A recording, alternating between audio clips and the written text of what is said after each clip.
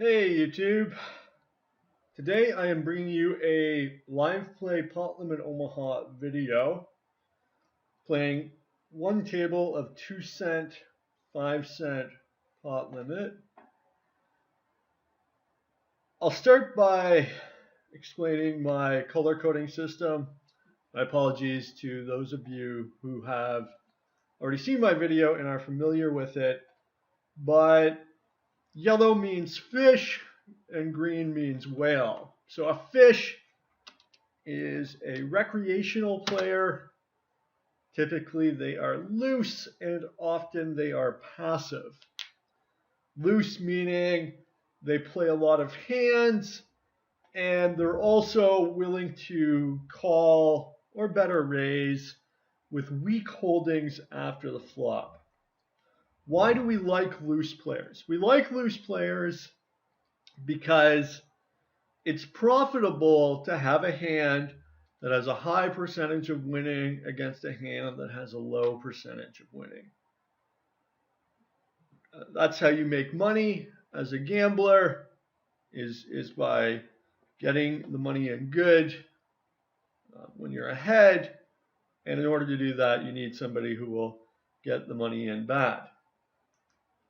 We like passive players too, although there's an extreme where somebody was just so over the top aggressive that it's actually better to have them than a very passive player. But we like passive players because they'll give us free cards, they won't extract value from us, and it's easy to fold medium and even good, even strong, medium strength and even strong hands against them because they're only betting with the nuts if that's your read. Also, some really passive players bluff. So then it's either a nuts or nothing sort of thing, and it's just very easy to play against passive players. You're going to get a lot of free showdowns, and you're going to get they're not going to bet you off your equity or charge you for your draws or charge you enough for your draws. So 10-10, ace-9 double suited. I think this is playable first in, and I chose to limp. I could open the hand as well. And here when I flop a 10-high flush draw, I'm not really interested in proceeding, so I'll fold to anything except a nominal bet. I think even getting 4-1, I'm still going to fold here. You really have to discount this non-nut flush draw. The 10 is actually the nice draw here. It's essentially pretty nut. But I'm just going to fold even though I'm getting really nice odds because I don't like drawing to non-nut flushes. So you can see from the labels that this is a phenomenal table. Usually the games I play aren't even that good. I'll play a game with maybe 3 fish or 2 whales, or a whale and a fish and maybe a couple unknowns, something like that. But this is looking like a very, very good table. And it's very important to table select well, to table select intelligently, and to make sure that you're playing against weaker opponents. If you play in games where you have a higher edge because your opponents play too loose or too passive, or they routinely make mistakes, then you're also going to be able to avoid a lot of negative variance because as your win rate increases, you spend less time stuck, you spend more time winning and up, and it's generally pretty good. So the numbers, I've got some statistics here. I use the Hold'em Manager software, and if you're serious about online poker, you really have to have some sort of program to keep these statistics. Although it's a little facile to assume that statistics are everything. They are not the be-all and end-all of poker, but they're a starting point. So I've got 4 numbers here. I use a very simple display set. And the first is VPIP, or voluntarily put in pot. And this describes as a percentage how often your opponents choose to put money in before the flop. So 43%. And this number at the top here in the blue, this is the number of hands that I've got in them. And the more hands, the more accurate the statistics are going to be. So this is only 7 hands. It's going to update to 8 pretty soon. And he's playing now 38% before the flop. And the second number is pre-flop raise. And he hasn't done it yet, but that's how often as a percentage he raises before the flop. The third is aggression factor, which roughly describes how aggressive they are. And the last is 3-bet percentage. So this guy over here, Mario, 3-bets about 9.1% of the time over a very small sample. You cannot draw much of a conclusion over a very small sample. This new player, BT Monarch, is in gold. He is not a fish, although it's a similar color. He is in fact a nit. Very low percentage hands played before the flop. Usually enters with a very strong hand. Premium rundowns, aces, that sort of thing. Don't give them any action. That's your game plan against that. So one thing I like to do, especially when I'm just playing one table and I've got a little more time, is to go back and review some of the hands and to focus on one hand in particular. So I'll focus on Mario here. Ace, King, 8-6 with Ace, King of diamonds. So he's probably going to call here. So I like to look at the situation. And I don't think you should call here. I think this is a bad call. It's a pretty weak hand. Yes, you have a nut suit. Yes, you're in the big blind. So you're getting a bit of a price. Although this is sort of interesting. The raiser is effectively all in. I didn't notice that. He's also, he's a pretty tight raiser, but you got to wonder when he's playing 6 big blinds how tight he's actually going to raise. Because of this eliminates some of your post-flop complications, and actually you're probably a favorite over all the hands that Calistri is limping with, although he seems kind of aggressive, so that's going to play against you. All in all, I think, despite the price and despite the fact that this is basically an all-in, having this aggressive player in position behind you deep, you should probably just fold. So he flops aces and 8s, and I don't really see either betting or checking as a clear-cut favorite here. You have a pretty decent made hand, but you're hating almost every turn, and you can't really win the pot right now. But you have a pretty strong hand, and you can get a lot of stuff to fold out that has decent equity against you. Let's see what he does.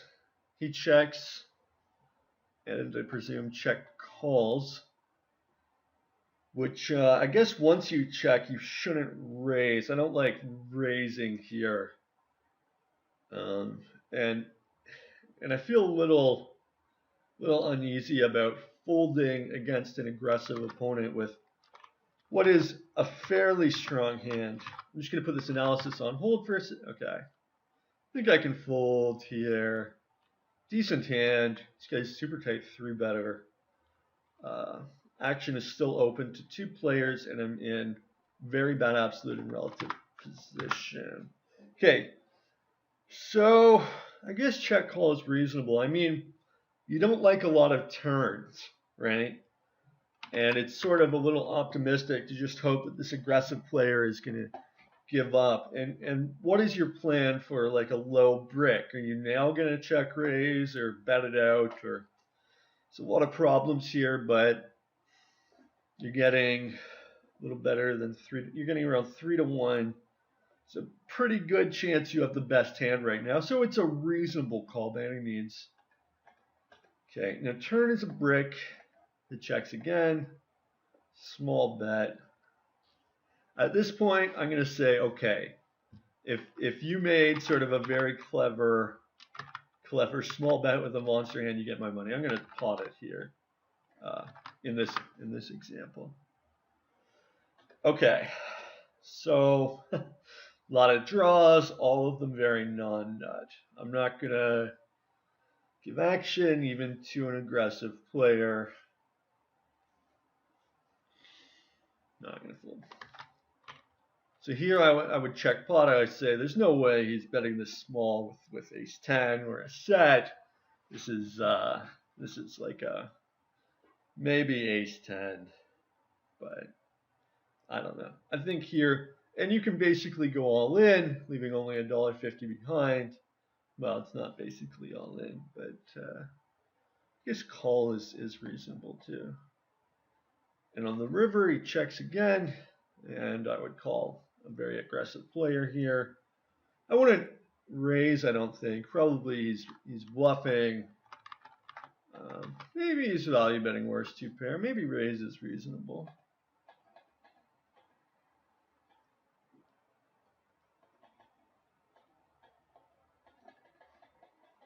Okay. So,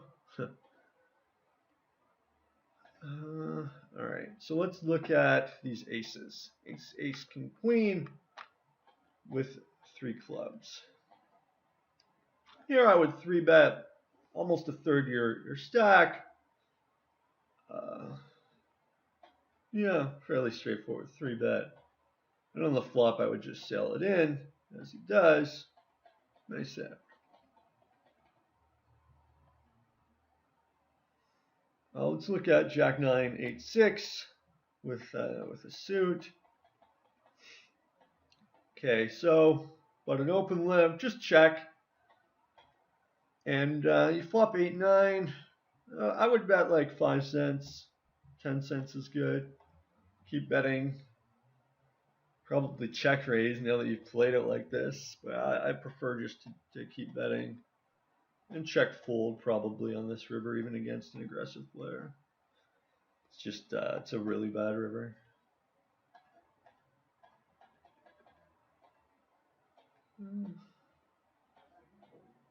I'll do fives, queen 6 here.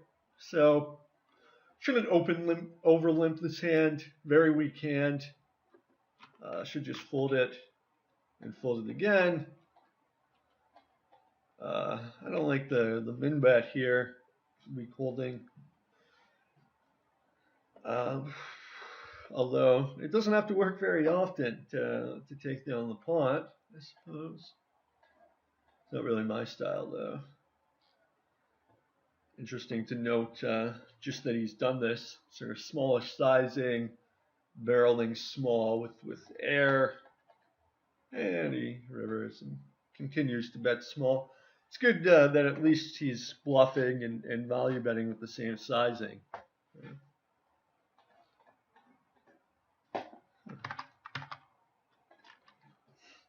And let's look at Jack 10, 9, 8 double suited.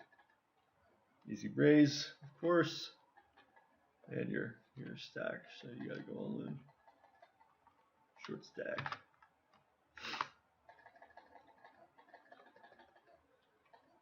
Let's see any more situations we haven't covered.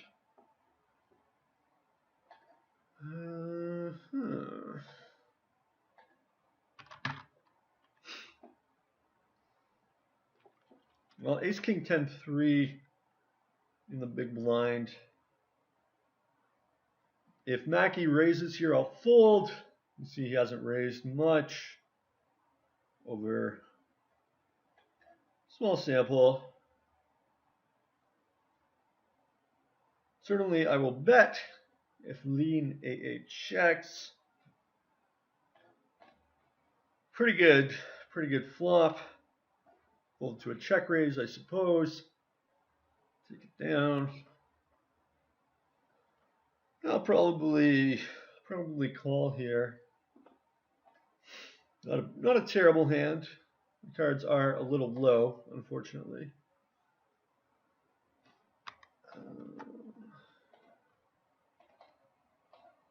Let me go back a little more.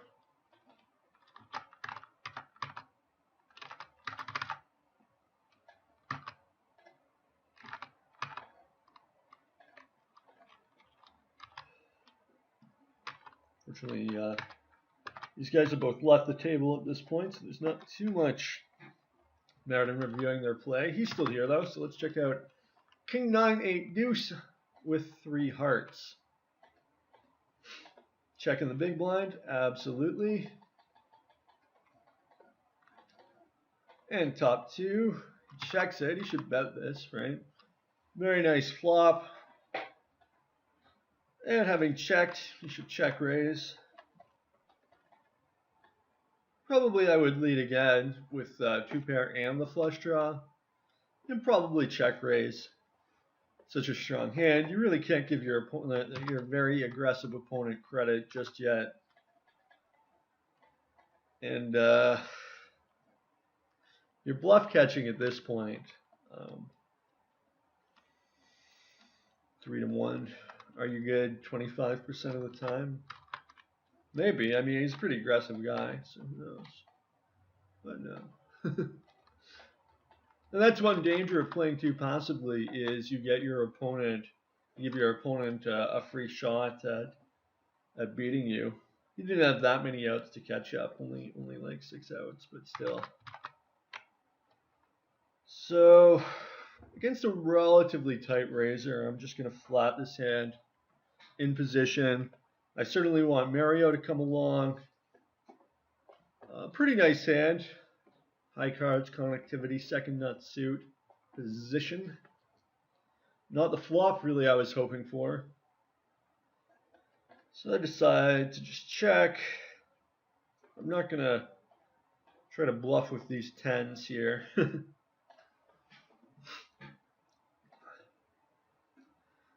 Well, that has been my short live play video. I hope you enjoyed it. Let me know what you think in the comments. Have a great day.